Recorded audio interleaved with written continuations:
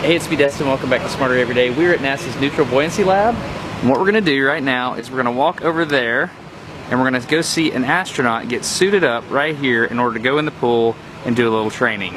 So when they pressurize him, I'm assuming it gets more difficult for his fingers and things like that, right? It becomes much stiffer. I mean, think of whatever he does, you know, is like what you and I would have to do in our kitchen with oven mitts or like ski gloves. Right. All day for 6.5 hours.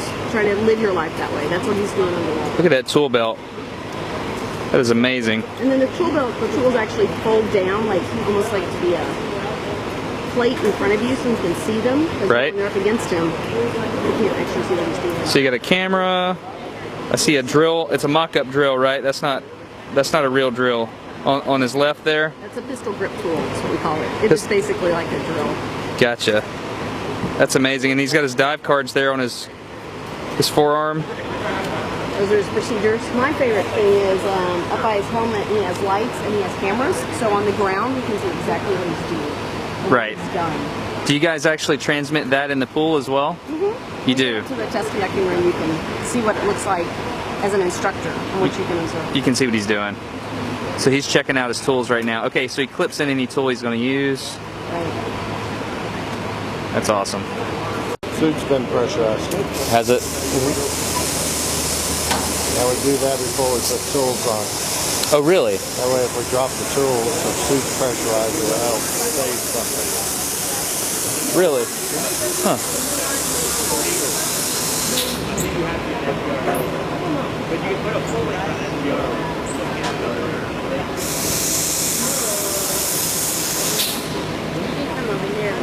I can come over here? Right here at this corner. That's just my spot, huh? Thank you so much. Thank you very much. You got a good rig, man. You got a cool rig there. How many hours will you dive a day? 6? You realize you have the most awesome job in the world besides that guy, right? By far. It's rad. You definitely have a better one though.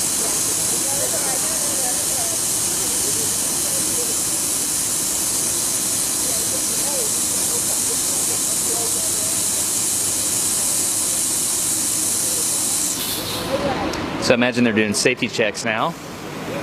You got 2 divers looking at him.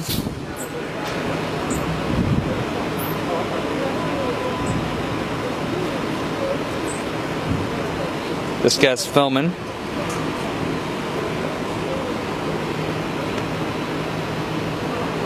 So as with any dive, the first few minutes are used to check all your gear. I'm Hector Terrace. Hector? Yeah. Nice to meet you, Hector. Nice to meet you. All right, so this is what he's doing? So this is the one that was on your side, and that's the one that was on the other side. So either one has a red stripe. Yep. So when they're doing EVAs and stuff in the arm, you can see it has no stripes. EV3 that usually would have slashes, and EV4 would have dashes. So you can tell which EVA number on a black and white camera showed up really good. Oh, I see. So you just have to have the contrast there. That makes sense. So the first few minutes of the dive, they're just doing all the safety checks, right? Right. They've already checked for leaks. There's no leaks. They've got to go from the suit engineer to go down the water. They'll take him off down his stand, they'll weigh him out, and make sure he's relatively neutral where he doesn't have to fight himself down or have to be pulled down. Right. And right now they're just doing a preliminary weigh out. Okay, so they're spinning him now, right? Well, they're just making sure how neutral he is. I see. Before they bring him downline. And downline, they'll fine tune him to the bottom at 40 feet, and they'll fine tune his layout. How do you trim him? Just add and take away weight, just like always? You might list to one side or list to another, and you'll swap weights one or the other. They'll put him on his back. If he's wants to go belly down, they'll put more weights on his back. If he goes the other way, they'll put more weights on the other side. It's just fine tuning. Sometimes you just need foam. Sometimes they're weighting up, need more foam. So do you ever decrease the air? No. Okay, so air is the constant. Yeah, the seats are 4 pounds delta, so that's so it's like as possible. 18.7 psi is what they stay at. Yeah. So they get him trimmed out. They're just the preliminary. They'll bring him down. They'll trim him out the bottom right now. I mean, it looks like they've trimmed out, but not yet.